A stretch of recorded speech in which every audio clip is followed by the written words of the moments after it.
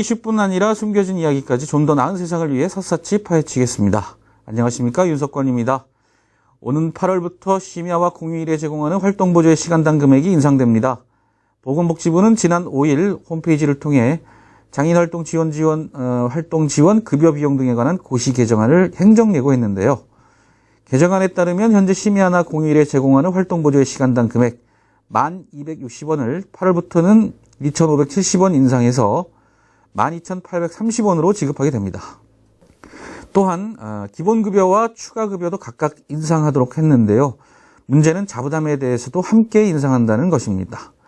결국 시간이 더 필요한 최중증 장애인의 경제적 어려움은 더 커지게 되는데요. 활동지원제도가 시작될 때부터 자부담이 없어야 한다고 이렇게 말들을 많이 하고 있지만 좀처럼 정부는 받아들이지 않고 있는 상황입니다.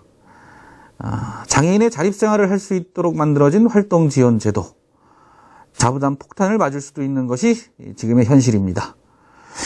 윤석권의 뉴스파이어 지금 시작합니다. 우리의 목소리가 세상을 변화시킵니다. 윤석권의 뉴스파이어.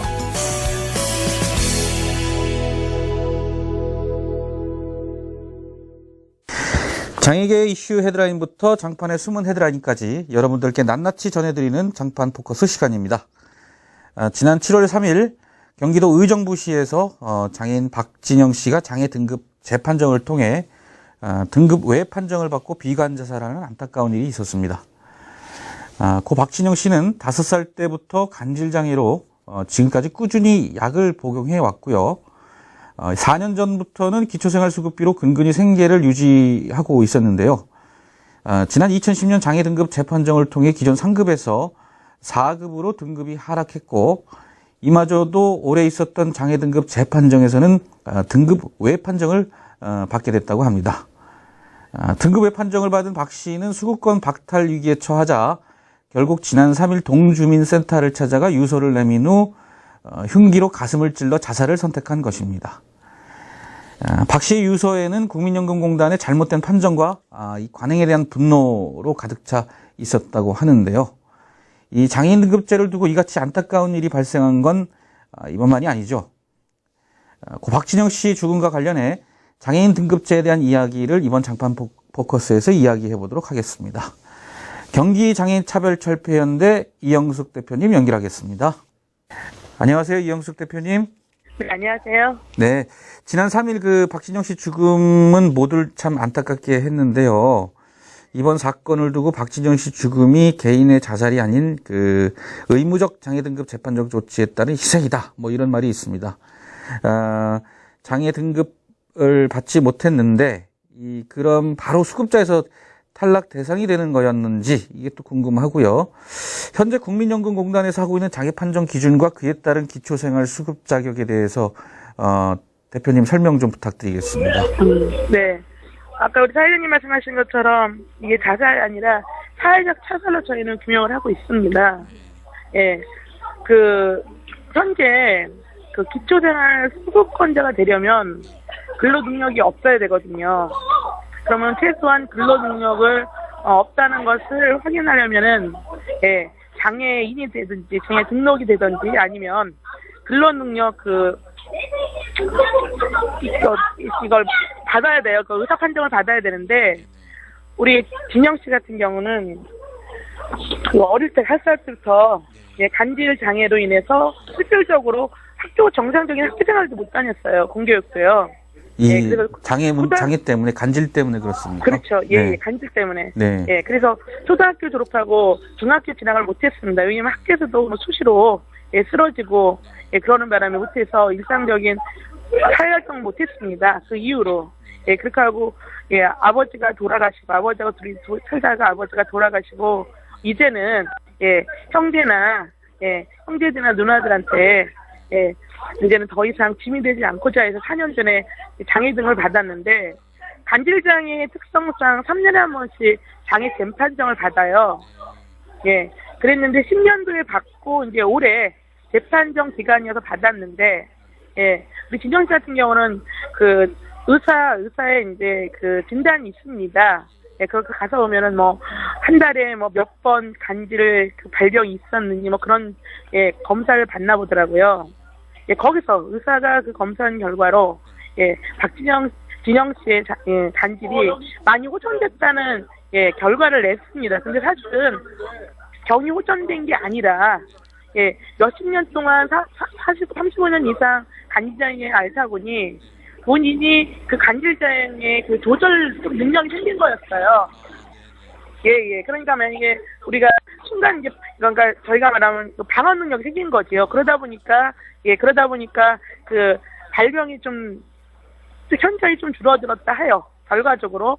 예, 의사진이 그렇게, 예, 진단을 내렸고, 그것을 국민연금공단이 받아서, 예, 장애 무급이 나왔습니다. 판정이 안 나온 거지요. 예. 그래서 중요한 것은 그 이후에 동사무소에서 연락을 한 거예요. 예.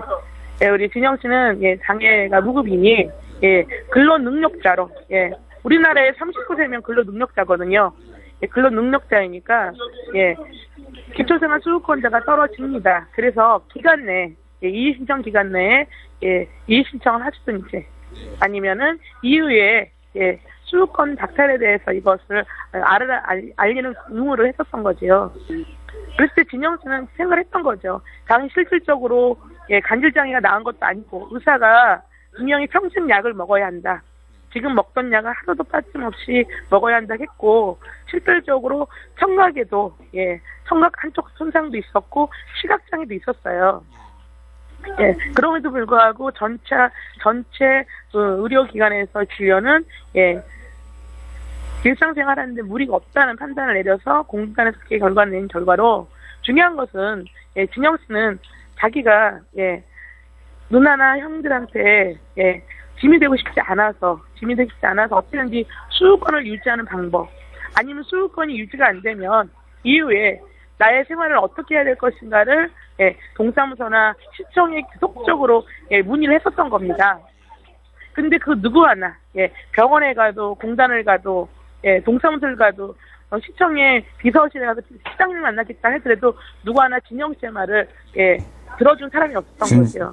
진지하게 좀 들어주는 사람이 없었던 거군요. 당연하죠. 예. 그러면 이 간질로 인한, 그 2차적 장애라고 봐야 되나요? 그럼 청각, 시각에도 좀 문제가 있었고, 그 다음에 간질장애로 그 30년 이상을 이제 그 고통을 경험해 오면서 그거에 대한 방어 기제가 생겼다는 거죠. 그러면서 어느 정도 그거 완벽하게 통제는 안 됐지만 어느 정도 그 예측이 가능했던 그런 상황, 그런 점을 가지고 호전됐다. 이렇게 의사들이 판정을 하고 있다. 의사들이 그렇게, 예. 그런 상황을 놓고 의사들은 호전이 됐다. 이렇게, 기계적인 판정을 했다는 거네요. 그렇죠. 그래서 가장 중요한 건 장애 등급제가, 예, 우리나라의 현재 장애 등급제가, 예, 그 일상적인, 예, 삶을 살아감에 있어서의 사회적 장애로 인해서의 그런 장애가 분명히 있음에도 불구하고 그거는 전혀 고려치 않고 의료적 장애의 그런 잣대로만 판단하기 때문에, 예, 이게 또 결과적으로 문제가 됐던 거죠. 그러면 중간중간에 어떻든 지금 30 몇 년 동안 이 간질장애가 발병하면서, 중간중간에 병원에 가서 자기의 상황을, 그 간질 상황을, 진료를 하거나 이런 진료 내역, 이런 게 있으면 이 사람의 그 현황이 드러날 텐데요. 그런 게 혹시 장애 등급 재판정하는 데 있어서 그런 게 참고가 되지는 않았을까요? 예, 그렇다 하더라도 간질장애 매년 3년에 한 번씩 재판정을 받기 때문에, 네. 그때 그 상황에, 예, 현황을 가지고 진단을 내린다고 합니다. 그 3년에 한 번씩 예, 신체적 장애였지 않고 내부 장애 그렇게 한대요. 네. 간질장애도 역시 이제 3년에 한 번씩 그렇게 해서 재판정을 통해서 상황에 대해서 체크를 한다. 이 말씀인 거죠.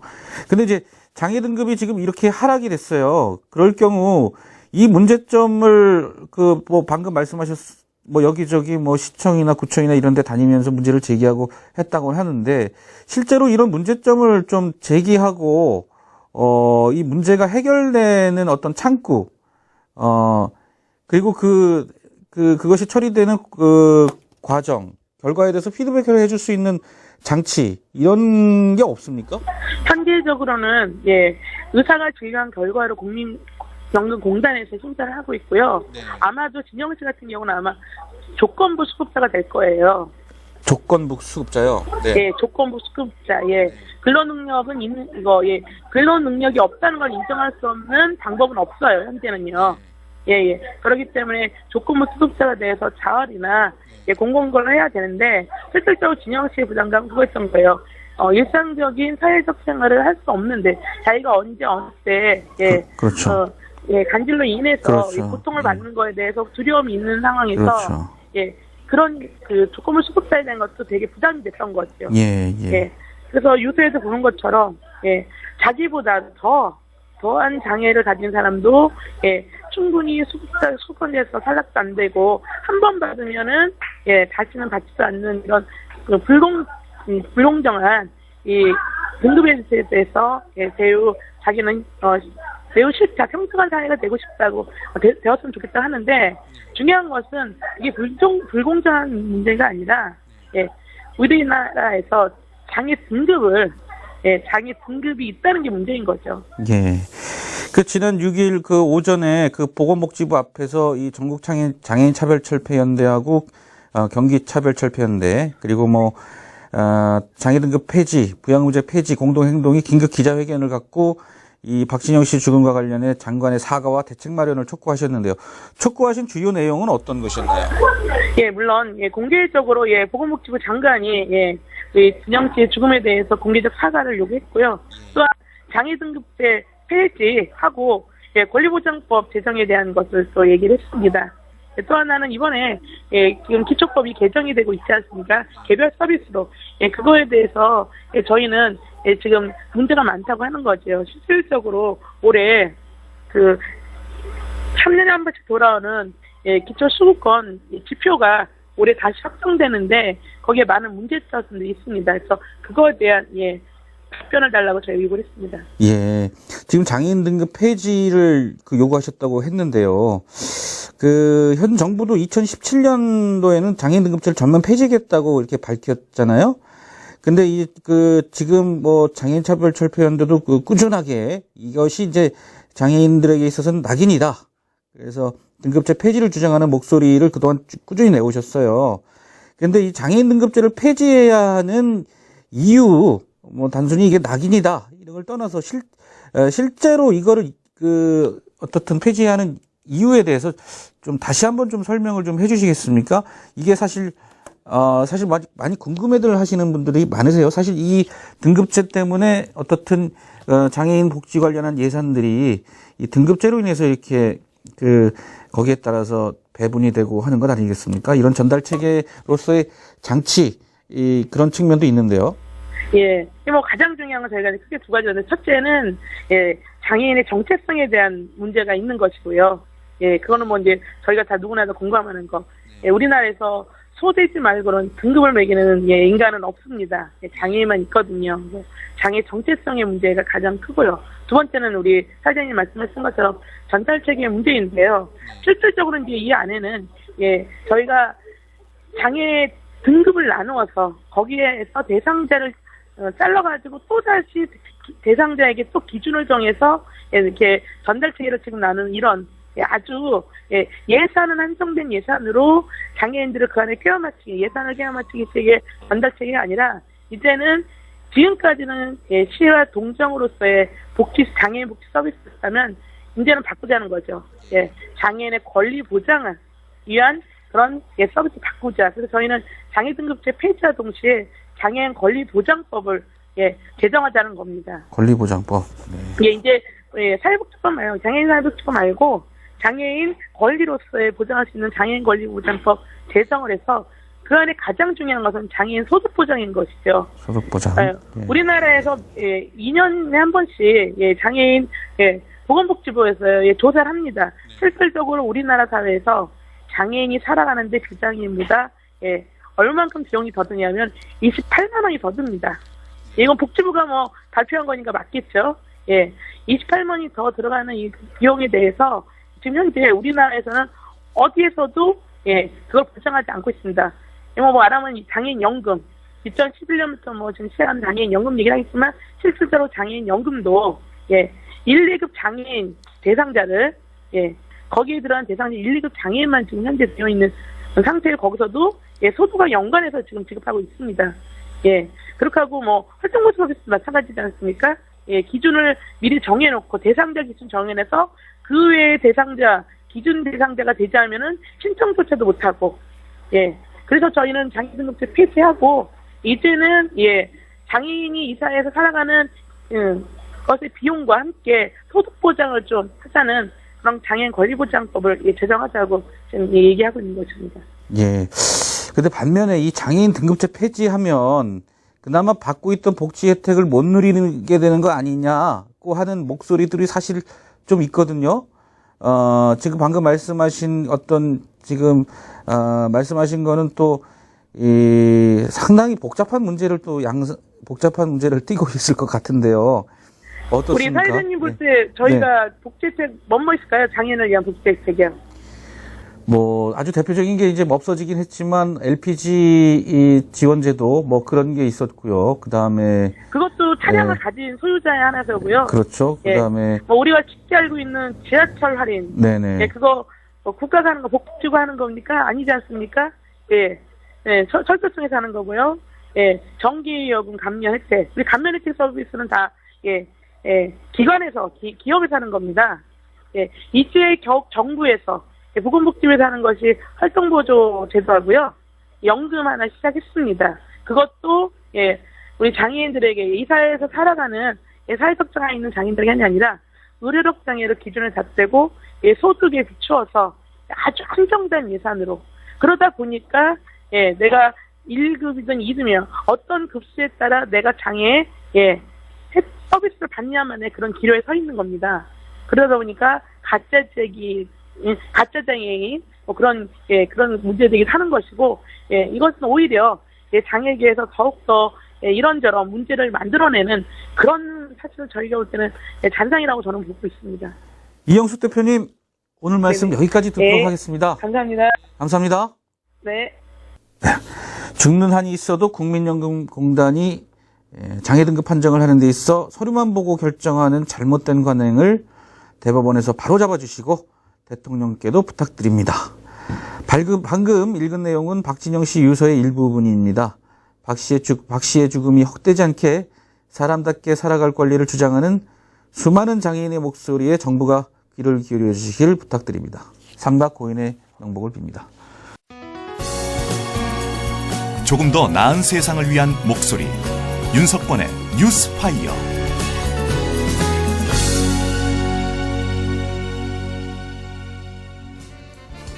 네, 지금까지 윤석권이었고요. 앞으로 장애계의 목소리를 모아 다양한 소식들 더 힘껏 파헤쳐 보도록 하겠습니다. 윤석권의 뉴스파이어 오늘은 여기까지입니다. 감사합니다.